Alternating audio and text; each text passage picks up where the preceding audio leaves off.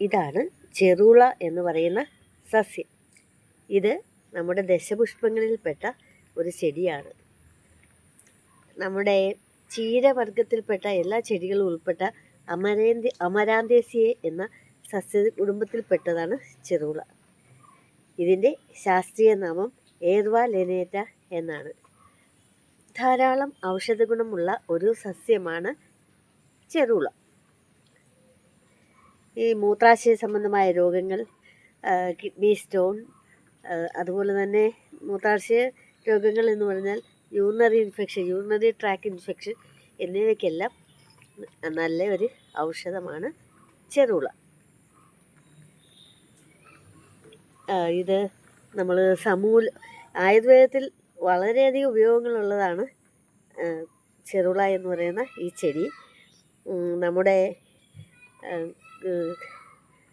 പലതരത്തിലുള്ള ആയുർവേദ ഔഷധങ്ങളിലും ഇത്, പ്രസവാനന്തരം ഉപയോഗിക്കുന്ന പല ഔഷധങ്ങളിലും ഇത് ഉപയോഗിക്കുന്നുണ്ട്, ചെറുള എന്ന സസ്യം.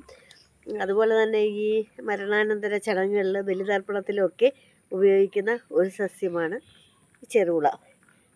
സത്യത്തിൽ ചീരവർഗത്തിൽപ്പെട്ട ഒരു ചെടിയായതുകൊണ്ട് തന്നെ പലപ്പോഴും ഇത് നമുക്ക് തോരനും ഒക്കെ വെച്ച് കഴിക്കാൻ പറ്റുന്ന ഒരു ചെടിയാണ്. ചീരയുടെ കൂട്ട് തന്നെ ഉപയോഗിക്കാൻ പറ്റുന്ന ഒരു ചെടിയാണ് ഇത്. ഏകദേശം ഒരു 2 അടിയൊക്കെ ഉയരത്തിൽ വളരും. അതിനകത്ത് വെള്ള നിറത്തിലുള്ള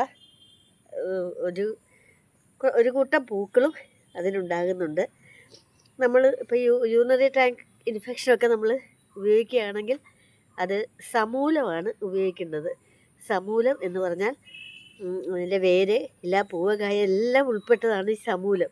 എന്നാൽ അതുപോലെ കഴുകി വൃത്തിയാക്കി വെള്ളം തിളപ്പിച്ച് ഉപയോഗിക്കുകയോ അരച്ച് കലക്കി നീരെടുത്തിട്ട് അത് കഴിക്കുകയോ ഒക്കെ ചെയ്യാം. വളരെയധികം ഔഷധ ഗുണങ്ങൾ ഇതിനുണ്ട്.